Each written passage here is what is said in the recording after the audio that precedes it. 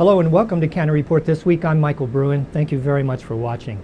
We start the show this week with an interview during the county's Spanish language radio show with Councilmember Evan Glass. He talked about his first few months in office, the pay equity law that he sponsored, and upcoming legislation to create a police commission integrated with civilians.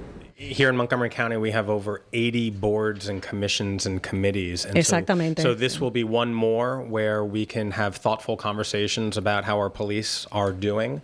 And given some of the situations that have occurred here in Montgomery County and Maryland and nationally, we need to keep doing a better job of making sure that we trust each other. And I think that's what this is all about. You can watch the entire episode of the radio show with Councilmember Glass on the county's YouTube channel. Residents are invited to participate in a live online discussion with the county executive. Executive Elrich will hold a virtual town hall meeting on Monday, August 26th from noon to 1 p.m. County residents will be able to ask questions to the county executive before and during the chat. Questions and answers will be posted both during and after. For more information, go to montgomerycountymd.gov. Council Vice President Sidney Katz and Councilmember Andrew Friedson will co-host a senior forum and resource fair on Thursday, September 5th from 9:30 a.m. until 12:30 p.m. at the Potomac Community Recreation Center.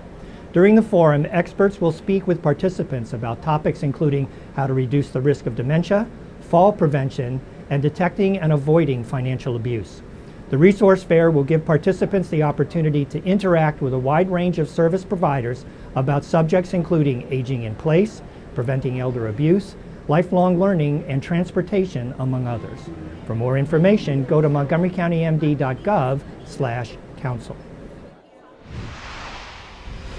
One of Rockville's most traveled bridges recently got a makeover. Rockville 11's Craig Buchanan highlights the enhancements.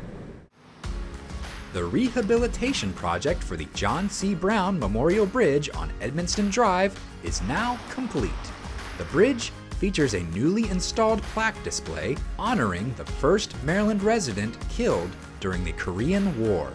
One of the community requests was to make it more connected to the bridge, so we relocated the plaque from the intersection of Rockville Pike and Edmonston up to the bridge itself. The previous plaque display was lower to the ground and had been smashed by a vehicle. Pieces went everywhere, but we were able to reclaim the plaque. The Maryland Historic Trust helped and cleaned the plaque, removing all the old tarnish and polishing it. The construction project started in August of 2018 and finalized a year later this past July. The majority of the construction on the bridge was to repair structural elements underneath the bridge deck. A lot of the concrete below was restored and repaired to extend its structural capacity. The final months of construction focused on repairing the concrete deck and sidewalks, as well as replacing the fences. The bridge provides a critical link between the eastern and western portions of the city over the Metro Rail and CSX tracks on Edmonston Drive. The repairs were necessary to help the bridge reach its full life expectancy.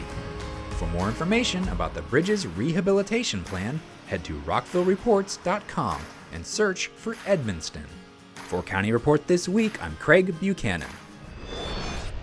Coming up on County Report This Week, a well-known local diner gets an award, and September is Library Card Sign-Up Month. Those stories and more when we come back. Introducing Ride on Flex, Montgomery County Department of Transportation's new on-demand transit service to help you get around in defined Rockville and Glenmont-Wheaton zones. Download the Ride on Flex app to book your ride. No fixed stops or fixed schedules. The Flex comes when you book.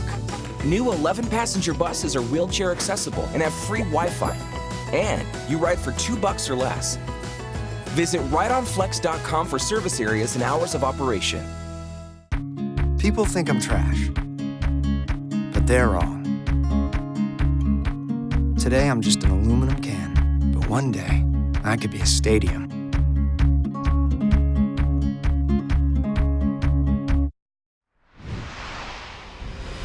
Welcome back to County Report This Week. I'm Michael Bruen. The start of the new school year for students in Montgomery County is approaching, and it's a good time for some back-to-school safety tips. Joining us is Captain Thomas Didone from the Montgomery County Police Department. Tom? It's that time of the year when school is starting. Traffic patterns are changing. It's going to take longer for you to get to work. So please please plan more time in your day.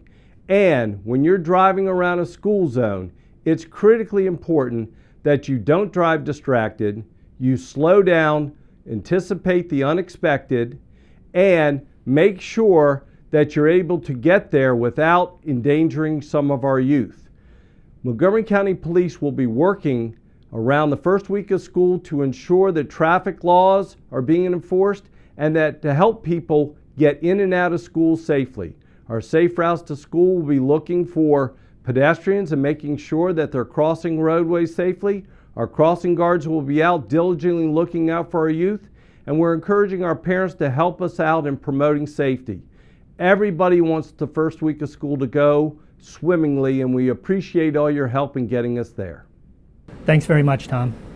Also, a reminder that drivers who illegally pass a stopped school bus will pay a $250 fine. It's even more if you're stopped by a police officer. That citation will be $570. Please be mindful of our children. Comptroller Peter Francho presented the Tasty Diner with an award from the state. My MC Media's Doug Tolman has the story. The Tasty Diner has been a Bethesda fixture for 50-some years, and for 41 of those years, Gene Wilkes has been the owner. I've been here since '71. However, this restaurant was on this corner in 1958, and I took over in '71, and it's been a long run. And we've been, I guess, very successful, been a part of the community, and it's been a good run. Your share of your trials and tribulations, too, right? You had a fire? Well, we had a fire, and that was a real bummer. I never realized how damaging and disruptive a fire could be until we had one here. We did overcome. We were closed for about 3 months. We were able to put it back together, and our customer base came right back the following morning with Doug Duncan, who was then the county exec. We all met here at 4 o'clock in the morning, had a grand opening, and had a full house, and things just picked up and went right back where they had been as far as volume. Nowadays, traffic to the restaurant has diminished a bit because the building boom that's taking place around the restaurant. Giant cranes dot the Bethesda skyline like nesting pterodactyls.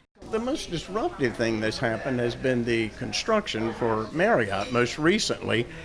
And while I accept that, and I know that, you can't hold progress, I mean, they're coming. You can't hold it back. However, I believe that if the county had have given us a little more consideration, it would certainly have been appreciated. Maybe some financial assistance, reduced property taxes, something to help us survive. We're down about $10,000 a week due to the construction. I think it'll be a home run when Marriott gets here. I think we have a good price point, we have a good product. I think we'll do well. Comptroller Peter Francho stopped by the iconic diner to present a Maryland Cornerstone Business Award on Monday. Thank God it's still here.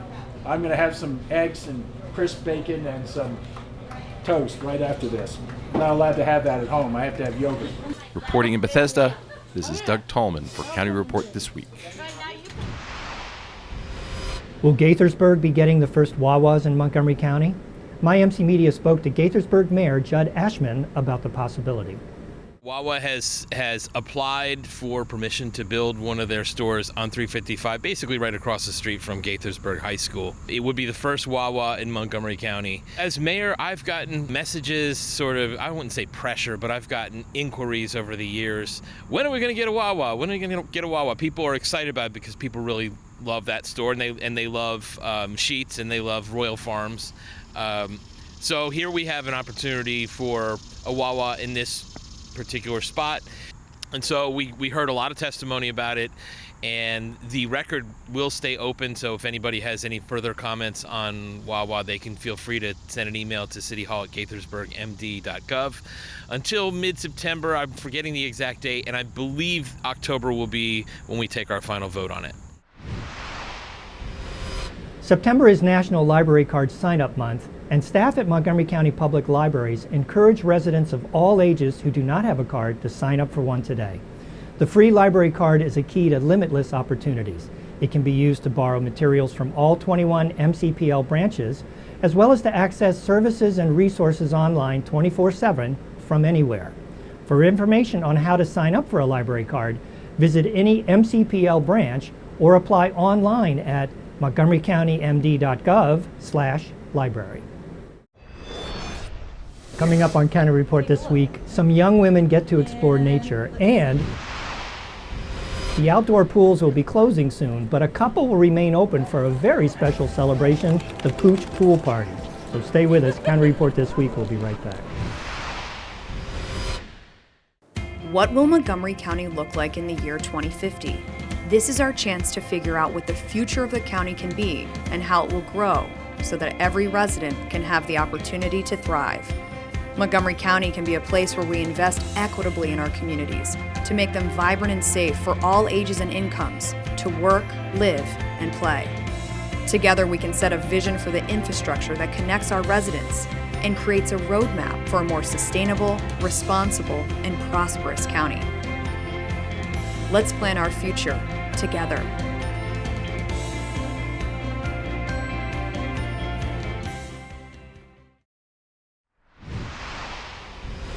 Welcome back to County Report this week. I'm Michael Bruen. Montgomery Parks held their first Nature Girls Camp, a girls-centered camp that focused on outdoor explorations of things like hiking, fishing, geocaching, and boating to inspire the young women to possibly pursue a career in nature endeavors. This is Black Hill Nature Program's Nature Girls Camp, and this is our first year doing it. We really wanted a comfortable space for girls to learn about nature, have adventures together, and meet professional nature girls. We've learned how to kayak and how to do safety drills if there's a problem, if we're out in the woods or somewhere else. We're first meeting our Nature Girl of the Day, and that's Katie Marchese. She's a scientific illustrator, so they're going to hear about what she does. And then we're going to head out on our pontoon boat and go fishing and do some adventures in the forest to try what Katie does.